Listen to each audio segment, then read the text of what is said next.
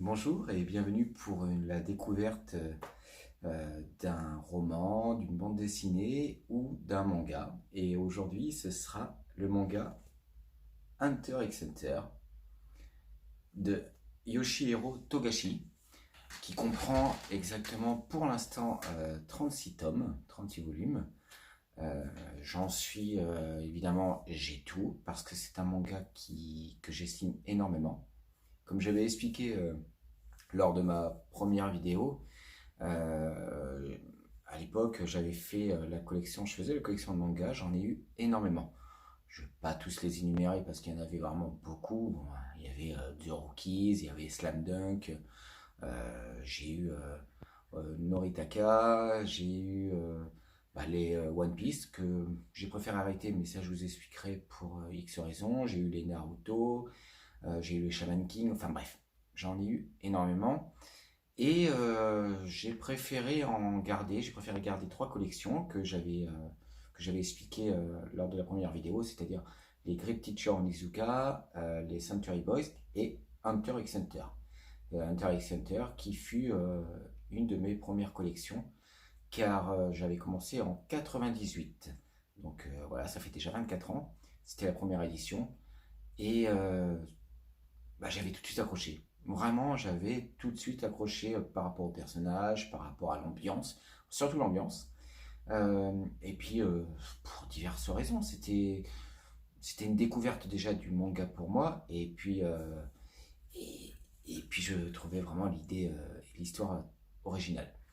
Euh, Pourquoi j'ai arrêté vraiment définitivement les mangas? C'est comme j'ai expliqué, j'ai trouvé qu'il y en avait maintenant beaucoup et que beaucoup d'histoires se ressemblent. Il faut toujours en faire plus, plus, plus, et c'est peut-être ça qui m'a refroidi. Et puis voilà, j'avais plus trop d'intérêt pour les mangas, donc j'aurais pu, et j'aurais peut-être dû garder toute ma collection, mais bon, j'en avais à peu près 800, et ça fait beaucoup. Et sincèrement, voilà, le problème de place. Bon, maintenant, j'habite avec ma famille dans une maison, donc c'est vrai que question place, c'est pas ce qui manque. Quoique, en voyant la bibliothèque derrière moi, elle est déjà bien complète. J'en ai encore une qui est pas trop loin, qui est aussi complète, donc j'aurais pas pu tout mettre. Et puis de toute façon, voilà quoi, c'est au bout d'un moment, il faut savoir s'arrêter. Et puis c'est vrai que j'avais une nette préférence pour les bandes dessinées et les romans. Donc voilà, Hunter x Hunter, comme je dis, première édition 98 de Yoshihiro Togashi, qui malheureusement, pour l'instant, la série s'est arrêtée. J'attends avec impatience la continuité qui devrait, à ce que j'ai entendu dire, reprendre fin de l'année, voire peut-être début de l'année prochaine. En fait, l'auteur a eu des problèmes de santé et a dû malheureusement s'arrêter. Il aurait souhaité continuer, mais a été dans l'incapacité malheureusement de pouvoir avancer sur ce titre-là. Donc malheureusement, bon bah voilà, faut prendre son mal en patience et je vous avouerai que c'est extrêmement difficile, surtout quand on s'attache vraiment à l'histoire. Donc bon bah on va attendre, hein, faut, et on espère déjà un bon rétablissement bien évidemment et puis qu'ils reprennent ça le plus vite possible. Donc Hunter x Hunter en fait c'est l'histoire toute simple euh, de personnes qui souhaitent avoir un diplôme de hunter, tout simplement, qui est extrêmement difficile à avoir. En fait, chaque année, il y a un concours, il y a nombre de participants qui, déjà, rien que pour accéder à, à, ce, à cette mission-là, enfin en tout cas à ce concours, il y a déjà quelques épreuves à passer. Dès qu'ils y sont, après il y a d'autres épreuves. C'est vraiment, euh, on va dire que sur 100 participants, si déjà 2 ou 3 y arrivent, c'est déjà pas mal. Parce que c'est extrêmement difficile, Il y a plein d'épreuves à passer, plus dures les unes que les autres, complètement farfelues, dangereuses. Et donc, quand ils ont ce diplôme de hunter, ils ont la capacité de pouvoir un petit peu faire ce qu'ils souhaitent par la suite dans la vie. Ils ont des portes ouvertes pour un petit peu de tout, que ce soit euh, bancaire, que ce soit pour aller dans le monde entier, pour les transports en commun. Enfin, ils ont vraiment ce privilège-là de pouvoir accéder à un nombre illimité de bonus. Mais bon, comme je vous ai dit, pour y accéder et pour réussir le passage à l'examen, c'est une mission impossible. Moi, évidemment, j'y serais arrivé, comme hein, on va pas se leurrer. Mais non, blague à part, c'est extrêmement difficile et très peu y arrivent. Voire même des fois, n'y arrivent pas du tout. Et ça peut arriver.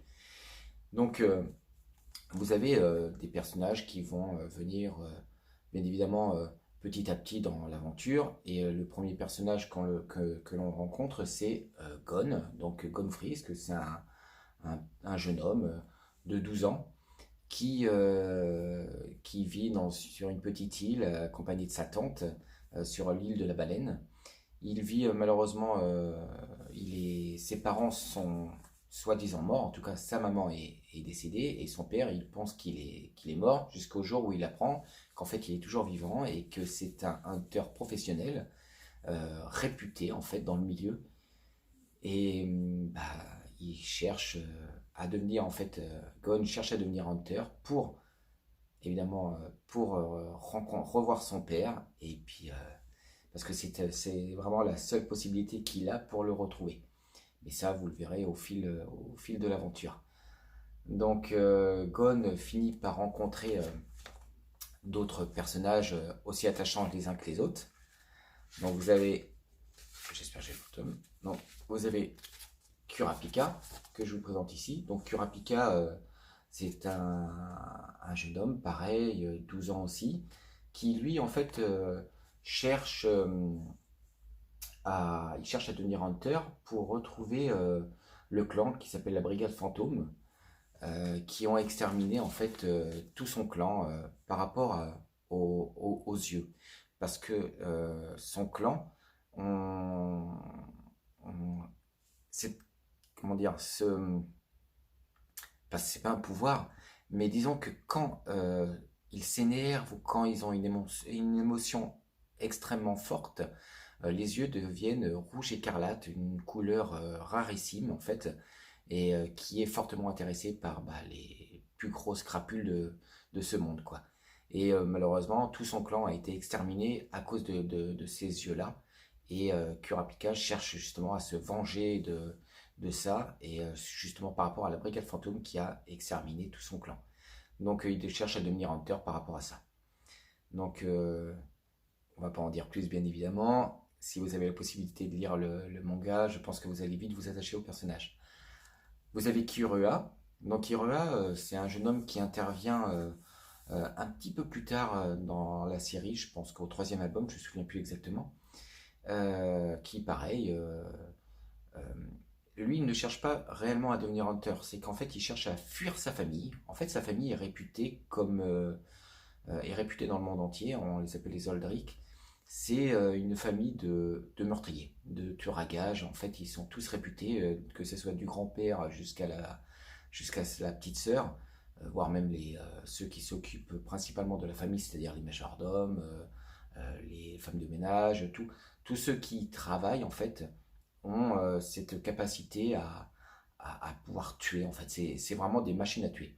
Et Kirua en fait évidemment partie. Il a été initié très très tôt, depuis son plus jeune âge, à tuer, à, à commettre des actes vraiment abominables. Mais bon voilà, c'est comme ça, c'est sa famille qui lui impose, pour ainsi dire, à faire ça.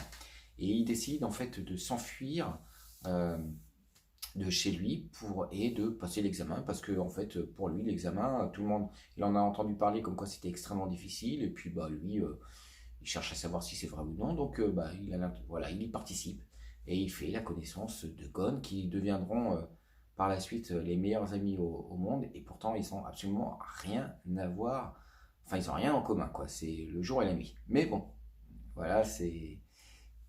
Faut lire les aventures et vous verrez par la suite. Et enfin, mon personnage préféré, Léolio. Donc Léolio, pareil, 12 ans, et pourtant il en fait bien plus.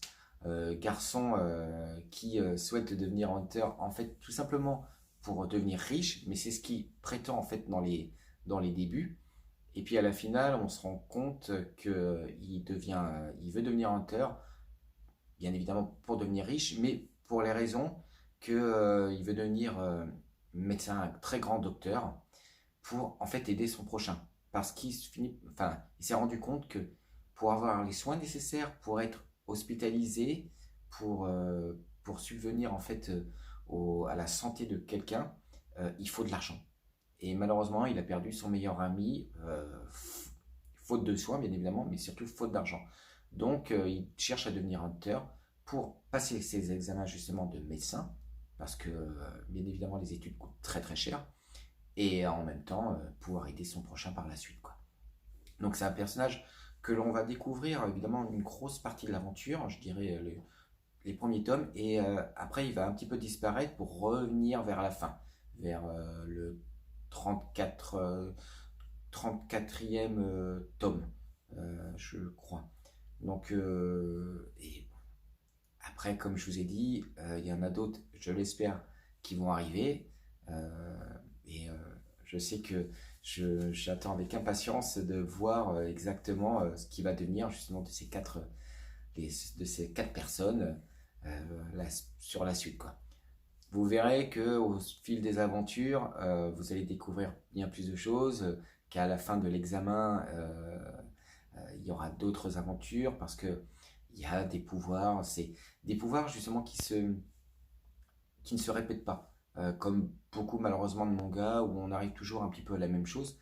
Là, c'est vraiment quelque chose euh, d'assez particulier. C'est bien imagé, c'est vraiment plaisant à lire, vraiment. C'est extrêmement dur, par contre, je le tiens à le signaler tout de suite, avis aux âmes sensibles, parce que on a l'impression comme ça qu'avec des images aussi enfantines, enfin, l'histoire, pareil, va être un petit peu rigolote, c'est à la portée de tout le monde, aux enfants comme évidemment aux adultes. Eh bien non, parce que vous allez vite finir par vous rendre compte euh,